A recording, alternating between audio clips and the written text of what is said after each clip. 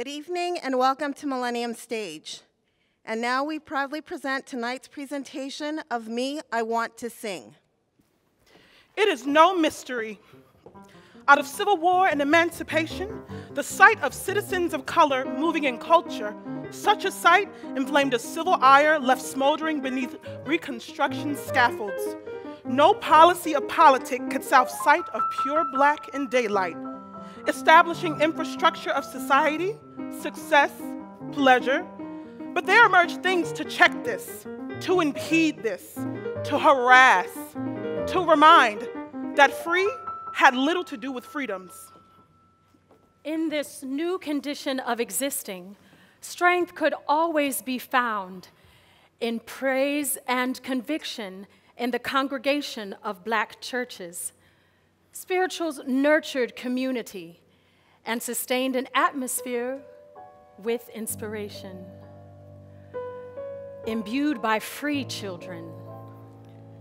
In 1915, at the Union Baptist Church in Philadelphia, the young Marian Anderson's voice rang out in dimensions of a gift of song so pronounced that it was no surprise every coin which could be rendered was taken into collection to make sure the girl would have a teacher and a start fit to guide her in music beyond that body's knowledge.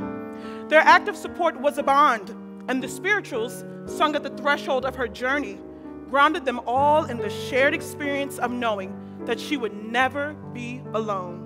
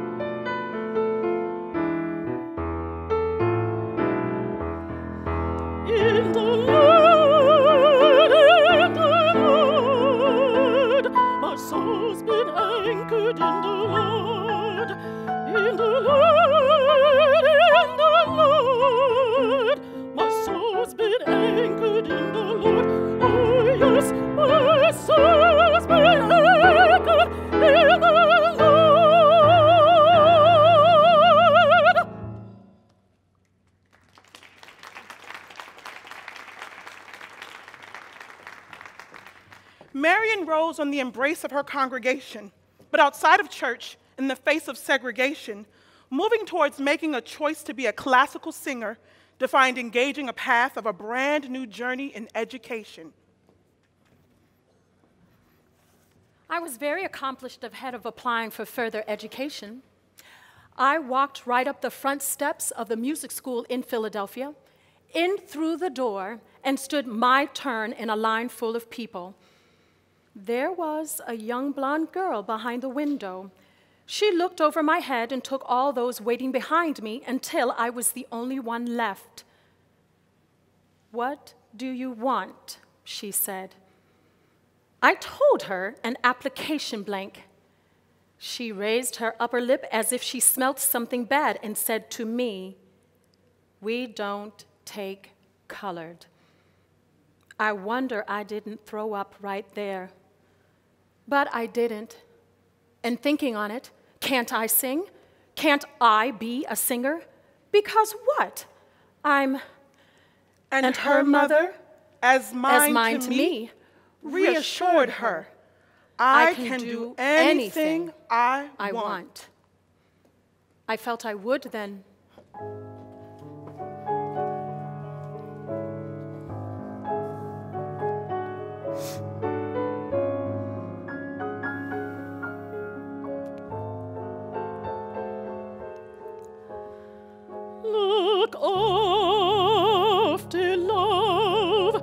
across the cellar sands and watch your meeting of sun and sea. How long the kiss and sight of other lands are longer, longer weird. Now melts the sea, red vintage melts the sun, as Egypt's parties of rosy wine, and Cleopatra night drinks all. 'Tis done, lovely thine hand in mine.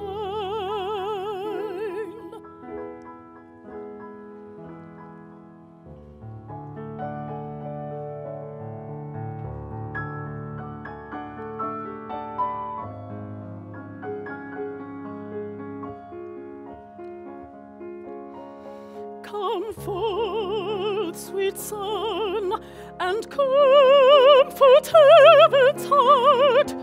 Glimmer ye wave around us, unlighted sands. Alert, divorce the sky and sun apart.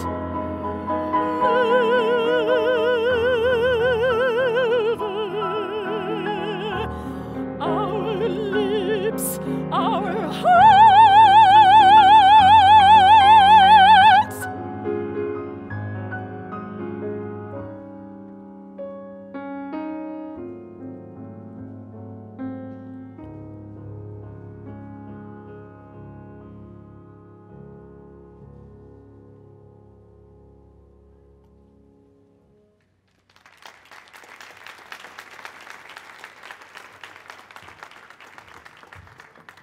In diligence, concentration, and training, through the giving teachings of many, Miss Marian won scholarships, then competitions and awards, advancing into Miss Anderson, a young woman of color in a classical repertoire of music. As such, she felt hampered from great height in America, and facing that fact, made the decision not to be impeded nor deterred. Between 1928 and 1935, in long stretches of touring Europe, Miss Anderson attained a sequence of successes that had composers, conductors, and audiences of thousands standing to applaud her. Acclaimed a great artist abroad, she willingly returned to the strictures of her own country in summer months.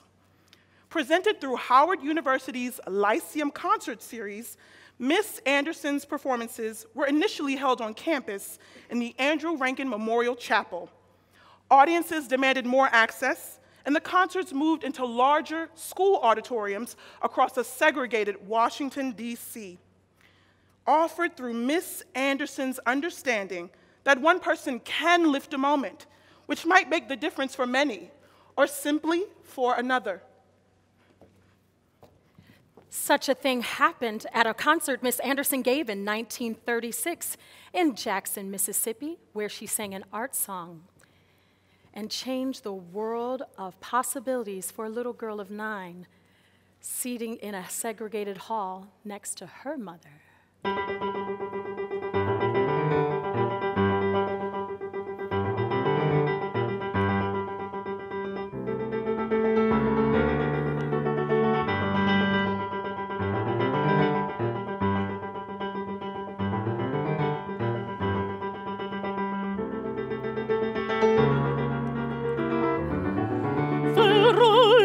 Zu spät durch Nacht und Wind.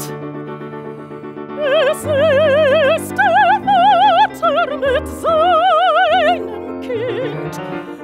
Hat den Knaben wohl in dem Arm. Fasst ihn sicher, hält ihn warm.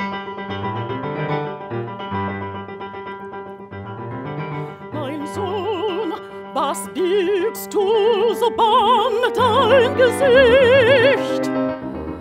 Siehst verwirrt du den Erlkönig nicht, den Erlenkönig mit Kron und Schweif.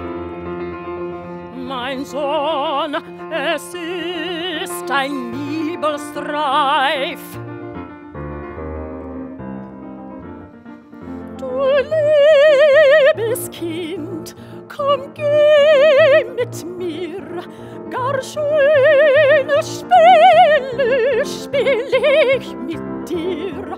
Manch bunte Blumen sind an dem Strand, meine Mutter hat manch Bürden gewandt. Mein Vater, und hörst du nicht, ihr König wird mir leise gespricht. Sei ruhig, bleib ruhig, mein Kind, in dürren Blätter säuselt der Wind. Willst feine Knaben und et mir geh, meine Töchter sollen warten schon, meine Töchter führen den nächtlichen Reim und wiegen und tanzen und sägen dich ein, und wiegen und tanzen und sägen dich ein. Mein Vater, und hörst du nicht, ihr König Töchter mir leisten Ort. Mein Sohn, ich seh es genau, bescheinet die Warten Eiden so grau.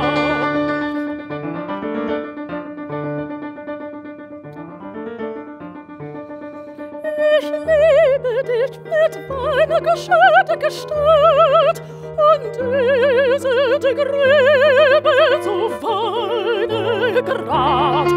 Mein Vater, und es mich an, ihr König hat mir ein Leid getan. Ihr rasend, grauset, verstellet mir, denn grauset ein exakte Kind.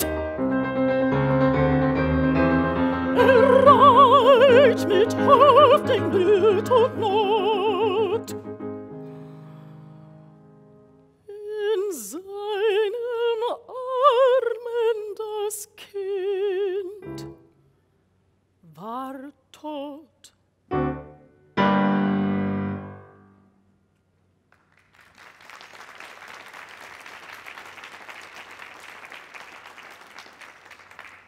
Though at that moment of life, the child did not aspire to sing such music, the nature of its expression captivated her permanently. The name of that child? Mary Violet Leontine Price. Who sat there with eyes full of the sight of a woman of color, in dignity, in song, and ears savoring melodies which spoke into emotions almost uncontainable, but which that little girl might make such stuff of were it ever her choice to perform.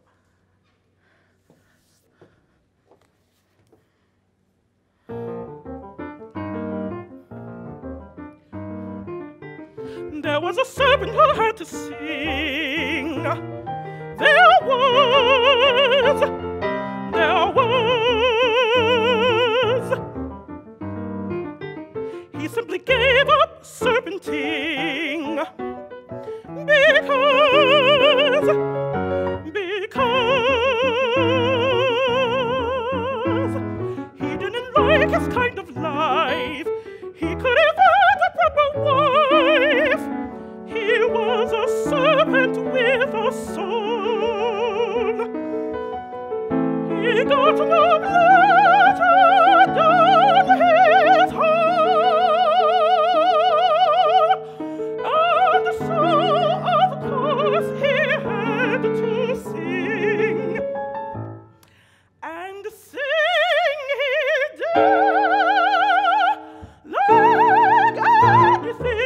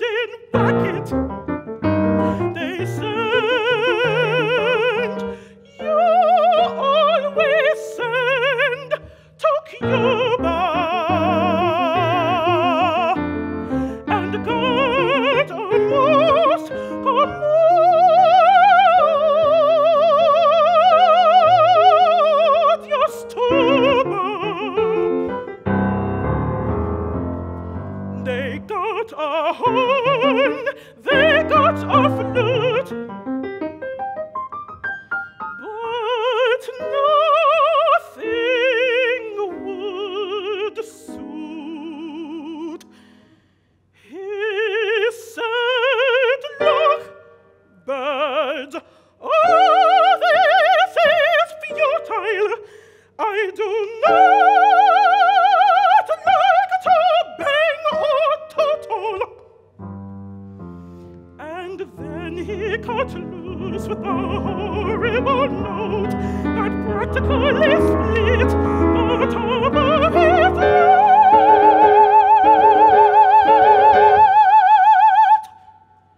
You see, he said with a serpent's leer, I'm serious about my singing career.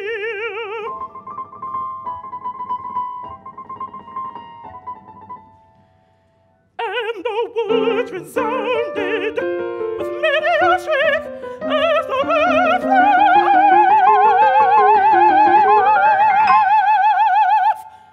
to the end of next week.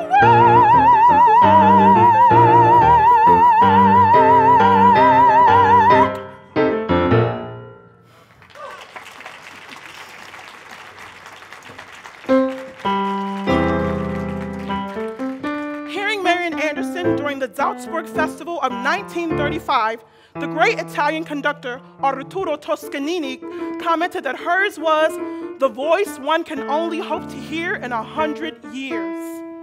News of this and her continuing successes abroad elicited an invitation from the Roosevelt White House. At express invitation from the president's wife, Eleanor Roosevelt, Marian's mother was included in this significant recognition. These two dignified women of color, entering the White House on the evening of the event, walked freely in the official reception rooms until the president and his guests had finished dinner. The Andersons were presented to the gathering in the Monroe drawing room, where the president sat in front of a roaring fire on a comfortable sofa and reached to take Marian's hand. She admitted to a little bit of fear. Awe is a better word, even though there was such warmth in the atmosphere.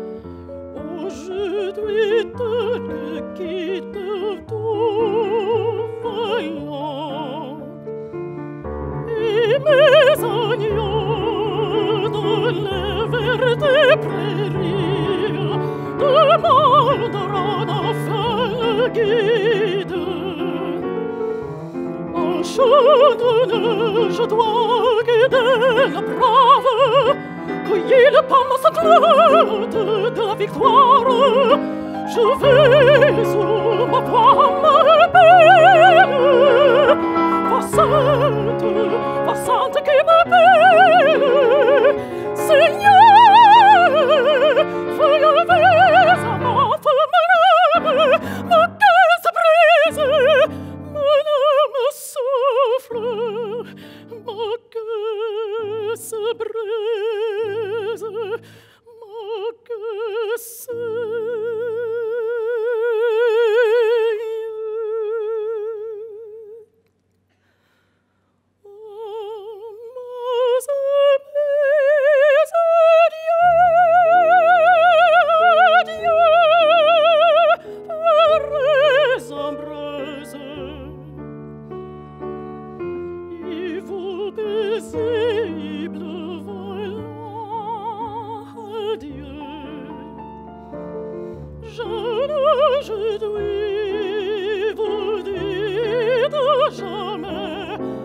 jamais adieu.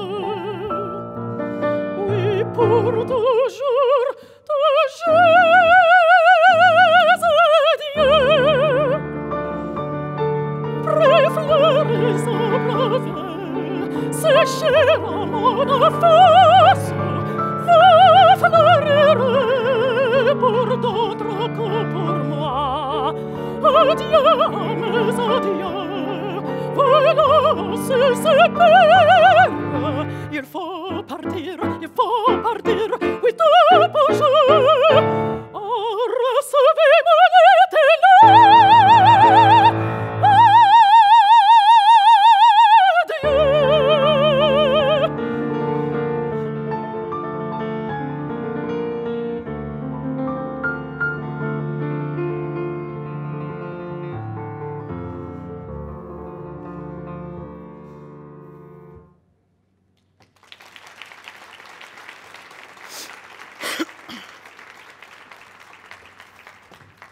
The next morning, Mrs. Roosevelt, who had a syndicated column called My Day, wrote, "My husband and I had a rare treat last night in listening to Marian Anderson.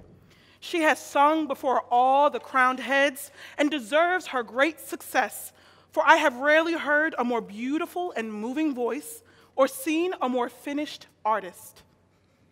What more? What more then needed to be said? A woman of color invited, bringing an art form into a sphere. What more then needed to be said?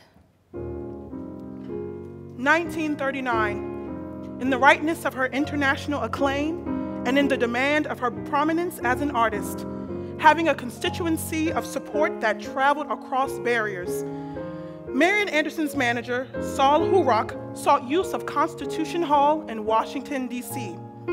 Operated by the Daughters of the Revolution, this group were not having any of such a woman on their stage. Mrs. Roosevelt sat down and wrote a letter to the DAR in which she said she was in complete disagreement with their attitude.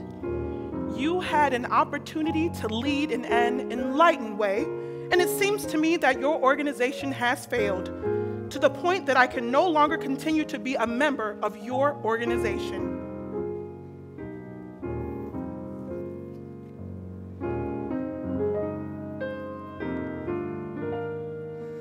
(1939), in the rightness of her international claim and in the demand of her prominence as an artist, having a constituency that supported across barriers, Marian Anderson's manager, Sol Horak, sought the use of Constitution Hall in Washington, D.C. A galvanizing moment, Eleanor Roosevelt's action resounded nationally, and the eventual outcome? Marian Anderson was invited to give a concert at the Lincoln Memorial on Easter Sunday, April 9th, 1939, at which over 75,000 people came out to hear her sing. So far to hear, such fullness at the moment, such hope beyond.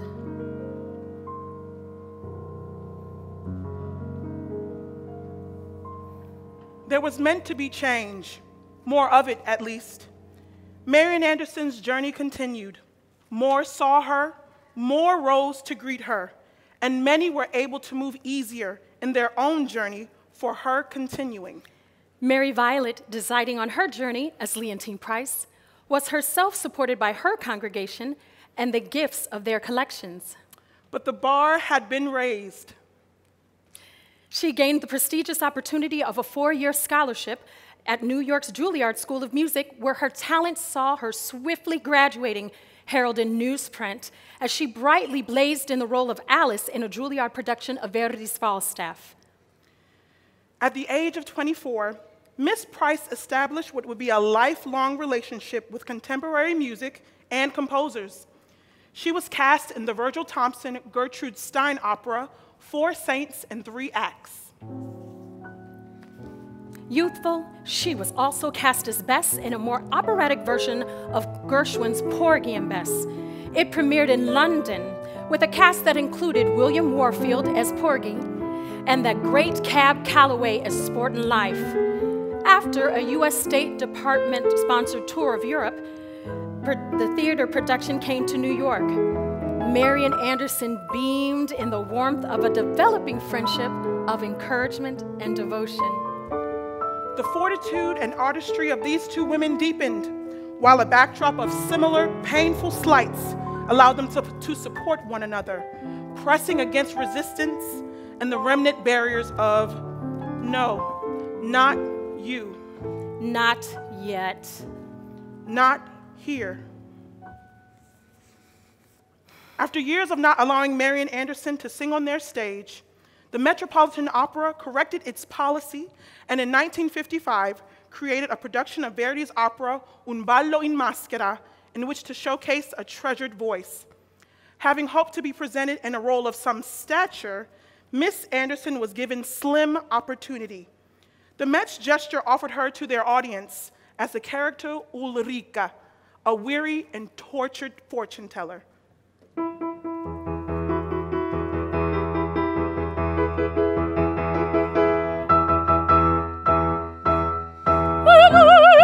I palpiti come presento adesso la voltaria del re del suo tremendo amplesso, la faccia del futuro della sinistra io mi rise a scongiuro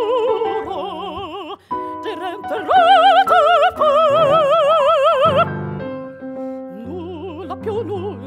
più nulla scornersi, cuore mio, potrà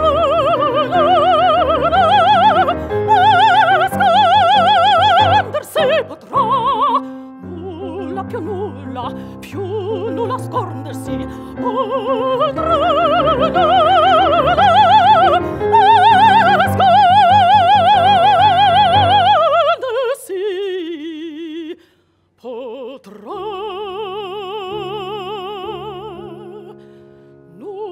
scordersi, al guarme potrà.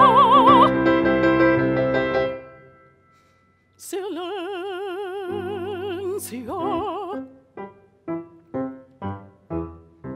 silenzio.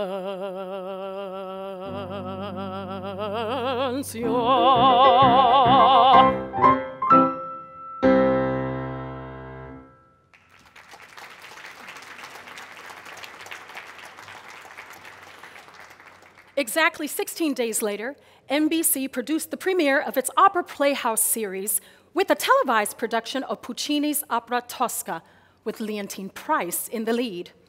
While the nation had opportunity to watch this artist soar in a performance of inexpressible lyricism and drama, Mississippi, specifically her hometown Laurel, did not see the broadcast. As having a black woman stab a white man to death, even at the service of Puccini, was beyond the pale and not in the state's interest.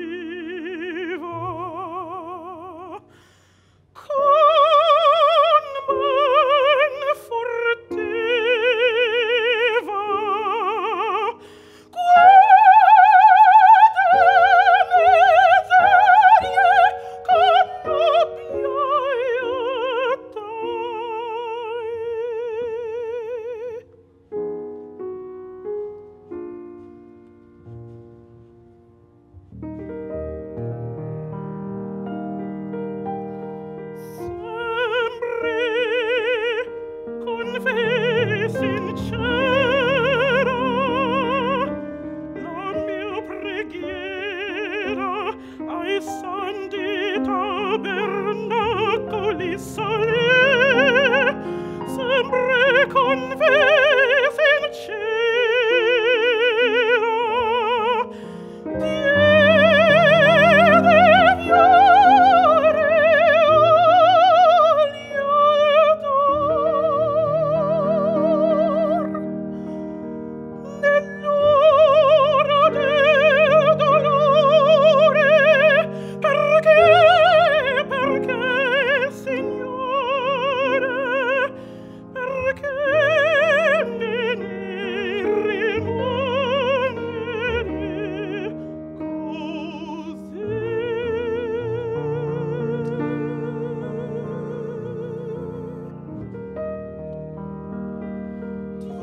Diede gioielli della Madonna al manto e diede il canto agli astri al ciel che neri di ogni più belli nell'ora del dolor, perché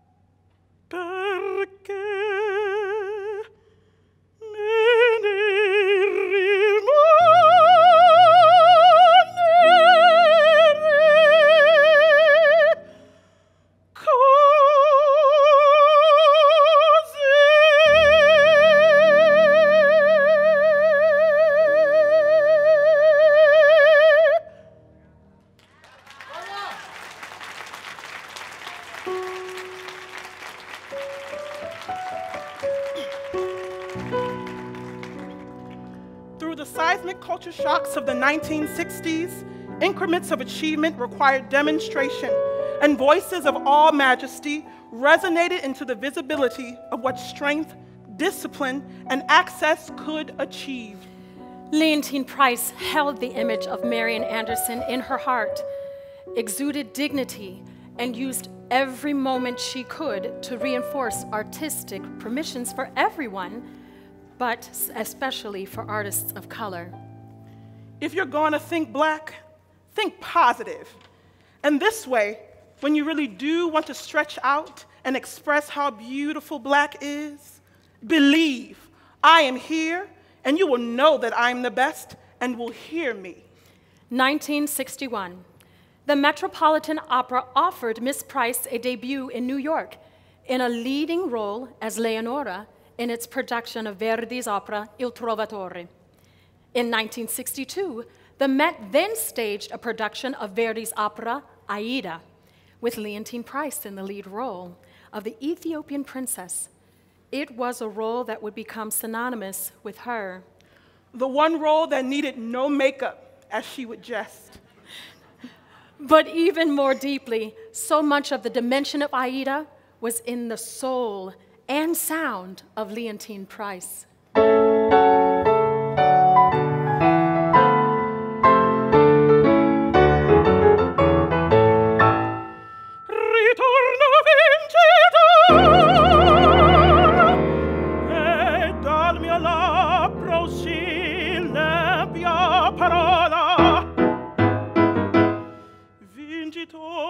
Del Padre mio, te dai che impugnalarmi per me, per redonarmi una patria, una reggia, il nome illustre che qui c'è l'enorme forza. Vincitor dei miei fratelli, andio dov'etta, del sangue amato, trionfare avviato delle egizie corti, e dietro il carro un re, mio padre, di catene appena. sana parola mi sperdete al seno d'un padre la figlia rendete. Struggete, struggete, struggete le squadre dei nostri oppressori.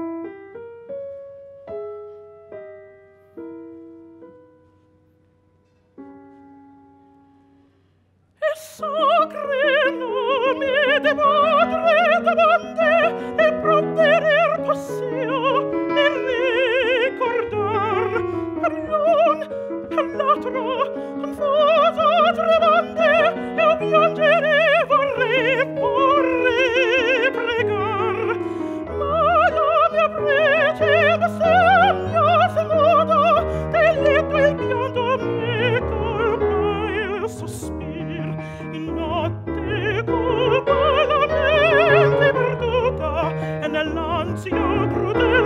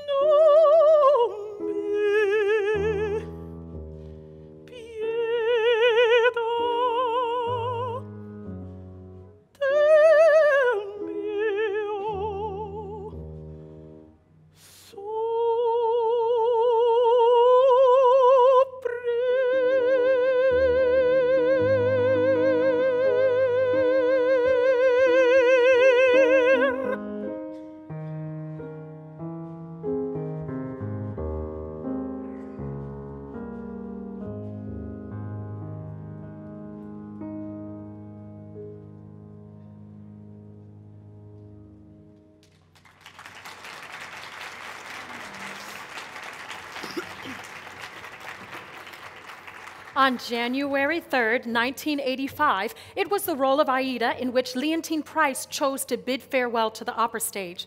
At the end of her aria, O Patria Mia, the house could not contain itself and gave her an extended ovation that brought her to tears. While at the conclusion of the opera, the applause and the curtain calls for her went on for 25 minutes. In her autobiography, My Lord, What a Morning, written in 1956, Marian Anderson had said, "There are many persons ready to do what is right, but they hesitate, waiting for the other fellow to make the first move, and he in turn waits for you.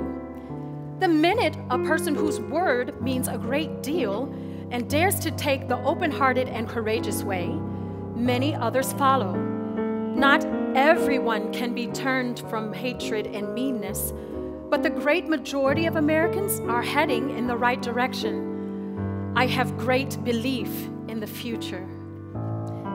Some weeks after her debut as Leonora, Leontine Price wrote Marian Anderson, "I write to thank you from the bottom of my heart. Your name belongs with my mama and daddy in spirit and what it contributed to my peace of mind and sense of direction on the night of my debut. You were and still are my beacon of light, straight ahead." For these two great artists, recitals most often ended with the affirmation that had always nurtured community and sustained an atmosphere with inspiration. imbued by children, free to reach into their dreams.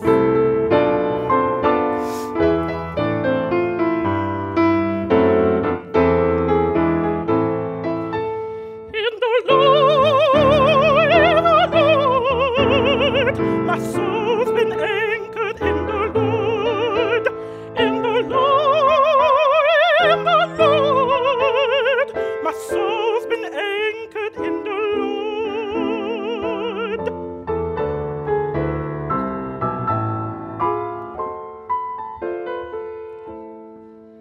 Before I'd stay in hell one day, my soul's been anchored in the Lord. I'd sing and pray myself away.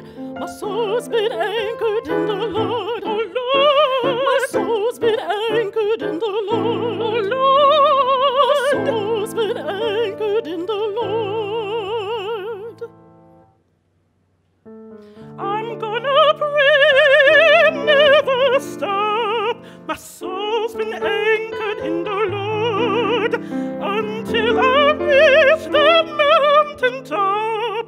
My soul's been anchored in the Lord. Oh Lord. My soul's been anchored in the Lord. Oh, my soul's been anchored in the Lord.